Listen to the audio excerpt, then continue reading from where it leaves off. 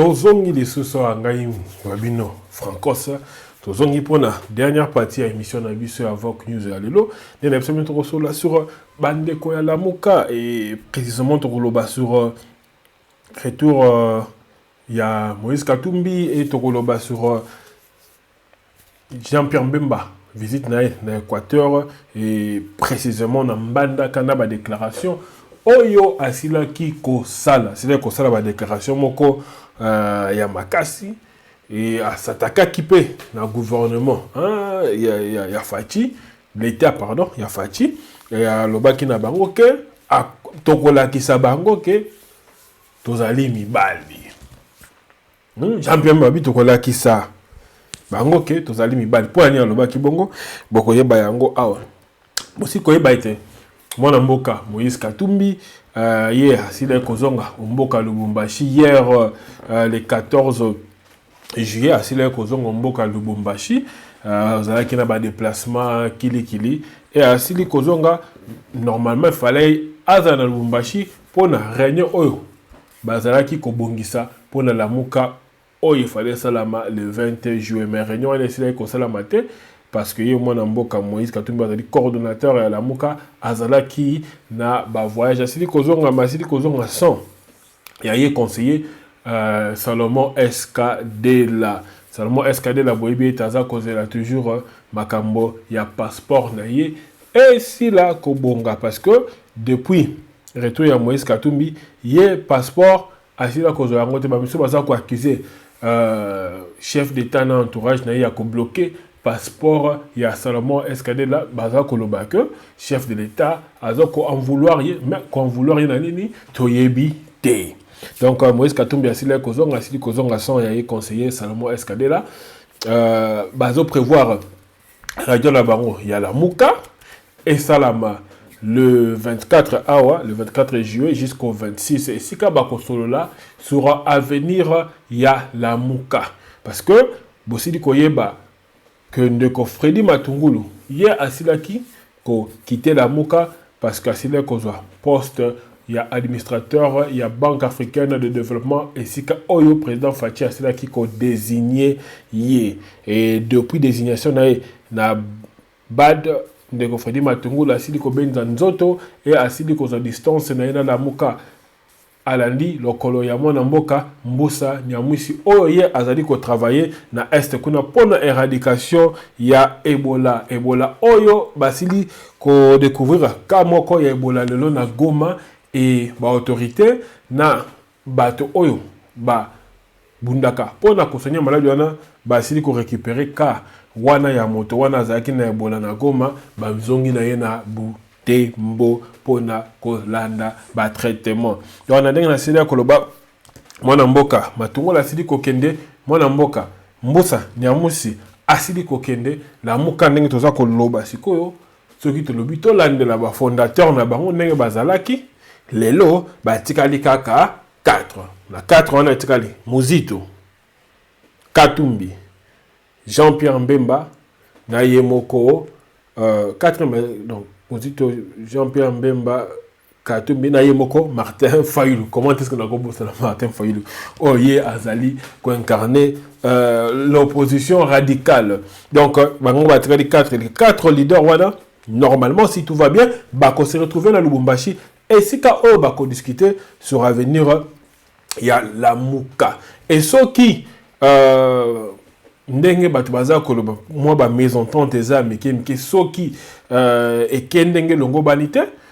tokoya komona parce que côté a failli déjà tout ça komona déjà batu ebele baza contre rencontre wana eza ko sama na Lubumbashi parce que baza koloba que terrain à Lubumbashi ça terrain moko miné pour Martin Fayulu terrain moko hostile parce que tous ces cadres il y a G7 ensemble baza contre Martin Fayulu et baza ko travailler la président Fachi et pour na bango ba lobby que Martin Fayulu fois qu'il était mais na message d'invitation Moïse Katumbi ba pesa ki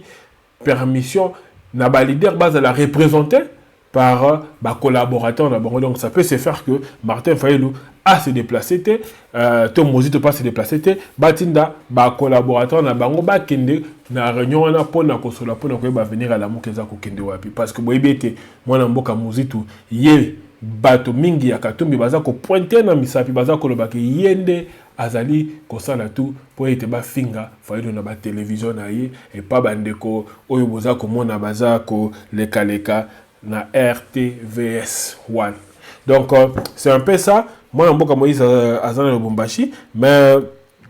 moi mboka Mbemba ye aza na Équateur esika oyo silaki kosala tokotia bien moi extrait ya meeting na ye bolanda makambo lobaki et asila kosala meeting munene et na meeting wana a dénoncé qui vraiment makambo ebele, a dénoncé qui corruption, a dénoncé qui makambo eleka ki na élection présidentielle, a dénoncé qui makambo eleka ki na ba élection à ba sénateur, a dénoncé qui peut na ndenge état gouvernement l'état eza ko ignorer bana ya Équateur. Alobi que l'état eza ko ignorer bana ya Équateur et selon ye à tout na ki bana Équateur baza ko ignorer bino pona nini bato fu les ongisi ici likolo na yo abiso ke za likolo na ngai toko s'organiser biso bana Équateur ce qui l'état eza ko ignorer biso toko s'organiser po biso moko to tombola Équateur abi bako ko diviser biso te et ko lo bako so bazo ka ba pienir bino likolo na ngai toko la kisa bango ke toza mibale. Donc on a ici gouvernement et ce que dit discours pour moi j'ai moni que et c'est comme si Jean-Pierre Bemba ko préparer à terrain pour na 2023 et ko préparer yango madame akena ko banda na base na ye oyeza Équateur pour na ko préparer bango ko la kisa peuple que gouvernement za contre bino baza ko occuper bande ko na Kinshasa baza ko occuper bato misusu mais bino en Équateur baza ko occuper bino te baza ko occuper bino te pourquoi parce que ngai moi mboka Jean-Pierre Mbemba daza mwana na bino to parce que na pesaki mot d'ordre bo voter failli parce que le peuple likamwana ki to pesaki mot d'ordre ba voter mais bon moni ndenge ba tricher bon landa yango bino moko donc c'est un peu makambo lobaki zoloba maloba oyo peuple là azolanda ezako pesa bango peut-être candidat contre état peuple zomona ke l'état ya mboka ezali ko s'occuper na bango te que l'état ya mboka bakangeli ba peuple ya Équateur kanda mais est-ce que ça bongo to éviter donc c'était un peu ça discours à mon mboka Jean-Pierre Bemba et akendaki pe kolobela sur makambo ya bois ndenge bato bazo kende ko kata banzete na Équateur bazo kende ko sala ngona anarchie totale donc bazo kende kuna sans même ko respecter la loi donc bato bazo kende moto kaka boso kazala ba moyen na ye accueilli akati banzete accueilli sans ko futa ba taxe sans ko aider même ya ko planter ba banzete misusu asali makambu na ye atiki vide na mbanda kuna na Équateur kuna et accueilli na ye sans qu'on respecte ni beko ya mboka donc a dénoncer qui yango parce que boyebe ete babilo kwa nezaka na ba effet na ba conséquences c'est besoin obuka bandete et qui besoin planter bandete à sécurité à la fin to yo mona makambo ya ba réchauffement climatique et ko comme la biso pe ti na mboka Congo donc mona mboka Jean-Pierre Bemba a dénoncer qui makambo wana et sur makambo ya la muka alobaki que pour na ye la muka eza na avenir bandeko na biso ya actualité.cd basé ko comme article sur ba parole na parce que les images to rotila bino la vidéo bon au moins esika alobaki compte parce que on ezaka extrait ya muke asilaki ko bandeko na biso ya actualité.cd basé ko comme Jean-Pierre Mbemba président du mouvement de libération du Congo MLC croit en l'avenir de la coalition Lamuka en dépit de la défection de deux de ses leaders, Mbosa Nyamwisi et Freddy Matoungou, qui rejoint Félix Tshisekedi. Alors, Biboui, c'est une plateforme, c'est une plateforme politique. Nous, leaders, allons nous rencontrer d'ici la fin du mois pour parler de l'avenir de Lamuka. Mais l'avenir est là parce que c'est une plateforme politique. Nous allons défendre l'intérêt de la population. Donc, Wana Jean-Pierre a dit que oui, il y a une plateforme politique, mais pour d'ailleurs, avenir ezali, parce que il y a une plateforme politique, Oyobako, Bundela, Pona, intérêt, il y a Mboka, intérêt, il y a population. Donc, tu retard la kaka, est-ce qu'à venir parce que on est hier Jean-Pierre Bemba ndenga zomona na makambo mais est-ce que mwana mboka Moïse Katumbi azomona na makambo ndenge moko est-ce que mwana mboka Martin Fayulu azomona na makambo ndenge moko parce que na sili ko yebisa bino de gauche à droite ba appelle comme kobima côté bandeko Fayulu bango ba monique Martin Fayulu il faut se détacher là bandeko tout parce que bandeko tout bazana la même conviction qu'il était que Martin Fayulu fatikala autonome azala a se libérer na bango azala yemoko leader ya destin na ye parce que pour na bandeko bazako supporter Martin Fayulu bandeko bazana eloko moko te ya ko offrir mais surtout tout bakomo kenetine musika ya ko encourager que dialogue et ça la entre Martin Fayulu et le président Fachi ngamo na mi le bela na bima na kati ya lamuka c'est comme si bayeba ki na bango déjà bayeba ki déjà position à Matungulu et Matungulu y est déjà je pense que par rapport à l'expérience na ye na Fayulu na dynamique ayeba ki que bako koma na place moko peut-être oyo bakoki kosala nde basala ki Matungulu na dynamique parce que Matungulu na dynamique babengana ka et ami le bela ki ngai soko opportunité pesami na rodie na ngai na koki kozala loyal peut-être na mutu oyo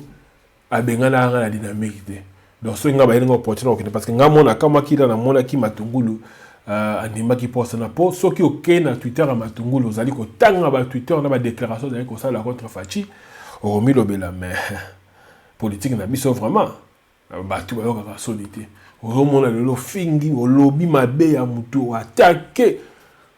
donc obimisi ndoki na miso ya bato mais quand même ndoki wana yelo lipa au lié au bangi même te kozwa kindoki donc c'est un peu ça la politique et je me dis bayebaki que Matungulu azo sala ye makambo mbisa nya mwisi bayebaki peut-être que yepe makambo les nango côté obwe et bango tu bayebaki que Martin Fayulu peut aza ko négocier peut-être pour na ye poste et pardon ba créer les institutions wana place à l'ingi à ça la réforme il y a ba institution tout il y a mboka bayebana qui peut-être non seulement na évité d'accord le ba confirmer mais je pense que c'était comme ça bazana katia groupe mutayebi démarche au muninga zo sala alobi mwana oyo ndenga zo kenda olinga lekela nga mayele bonga na ko lekabwe nga pena zo nga lipa avant que moi plan oyo to sali na kombo la muke kufa yango ba comme ko utiliser plateforme la muka pour la monter ba enchère na bango to sala makelele to sala ba marche ba chabiso ka so ba chabiso ka allez ba robenda ba bende on sait jamais mais moi pour moi je pense que moi Namboka Martin faut une fois à retrouver liberté naie azalo yemoko a même leadership dans le boko azo risque wana kende parce que ça se voit clairement aux yeux que bandeko yo mais sous baza la vision moko na yete et mingi ba komi ko travailler pour na ko détruire yé Martin Fayulu ba monique to élever ndeko mingi et les lois zuma papu na niveau to ndima kité bon faut to caler parce que a comme collier la biso on zo mona Jean-Pierre même azo wele là ko kendo ko sala yé tourner na Équateur pour a solidifier yé pe base zongi sa bato na yé ba reconnaître yé ndé leader Moïse Katumbi pe akoluka asala ye na est kuna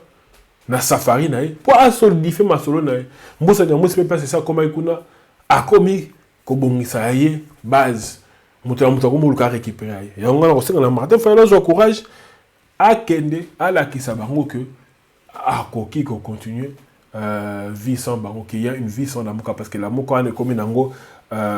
eloko moko boye hypocrisie na kati bato balinganité mais bazo sala kara makambo ndenge wana bazo mibeta na baku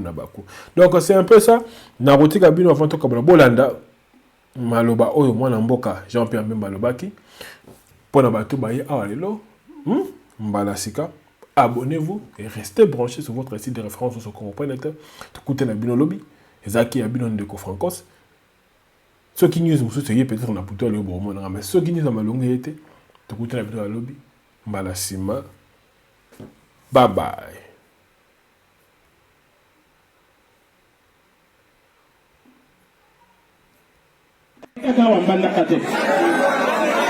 Mais il faut tout ça l'effort.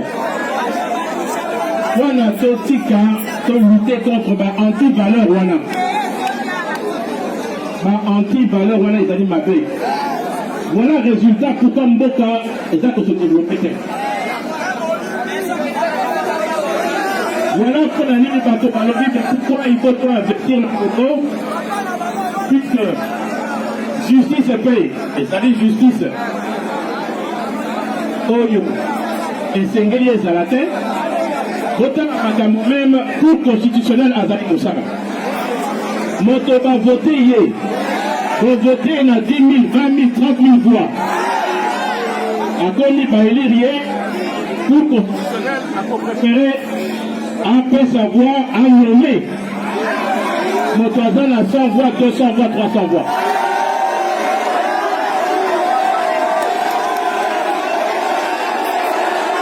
Cour constitutionnelle, Makambo Ezali Kosalama Ezali Soni. Ngai moko la zalaki victime lokola boyebi bake koinvente loi oyo ya bango moko mpo baexclure ngai nalobaki likambo te naosala politike mpo na intere na ngai moko te toyokani opposition mobimba tozala nsima na motu moko epe bolandaki mot d'ordre bovotaki ye cour constitutionnelle aye kosala nini.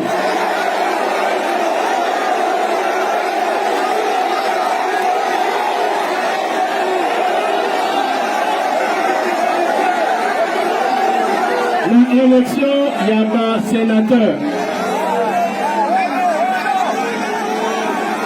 Un sénateur, Moussoussou, Baza atteint la partie mon côté. Député provincial, mon côté. Baké Kofuta Awa corruption.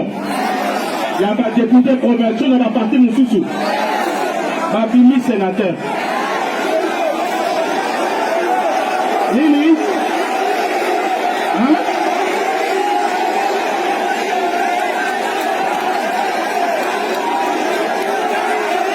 Fouille la justice, c'est que c'est l'enquête. Parti et ça la député provincial. Bamoussou Bazar va député provincial. Comment ce sénateur a donné Kobima, ce qui a ça va député provincial. Et quoi ça m'a négani? Mais la mort de la mission est normale. Soit notre corruption. Je crois que vous voyez du bango. Vous voyez du. Oui. Madame, l'essentiel, pas trop sa communauté.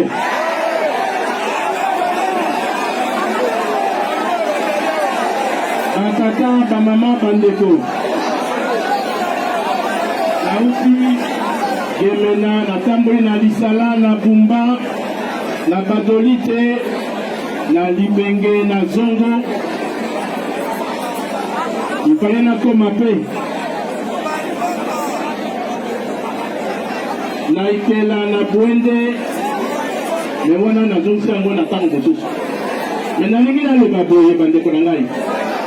bandaka ezale mabele na ngai na lingi na loba boye message na ngai pe ezali boye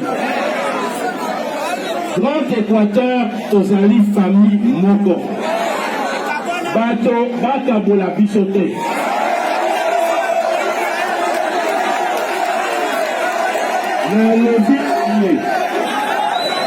En tant qu'Aboli, ma province, où ils allaient ma district, Boyeba, administration étotique au Kabola, Grand Équateur, Tozali, Topotikala, Banyeko, Inasuka, Équateur, Mongala, Nord Ubangi, Sud Ubangi, Tuapa, Tozali, Bato Moko. Tozalaka pe Tokotikala. Tozali famille Moko, famille Monene, Oto Bengi, famille à Grand Équateur. Et là, on a lingi siko ekoloba boye. Attends même ceux qui bakonzi ya mboka. Bazali osaka makabo matali développement ya mboka te. Nako solola na bandeko awa na mbandaka wana Équateur. Tosala organisation, association pour le développement de la province de Équateur.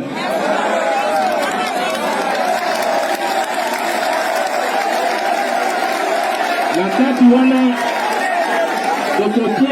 l'association, ONG, société civile, on a comme Kako Bongisa développement il y a Équateur. Pour ça, on m'appelle Congo, la Sud-Ubangi, la Nord-Ubangi, la Chouapa,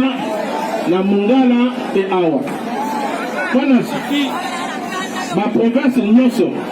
organisation wana et salami, koyeba kosala méga structure, oye kosala pona, koyokana biso moko tokamata en charge développement ya Grand Équateur. Développement ya Équateur. Là ma province moko da moko. Parce que qui te zeli l'État a yebi biso te. C'est comme si l'État a linga punir biso. Mais balingi ba biso pona nini. Pona nini? Balingi ba punir bino pona ngai.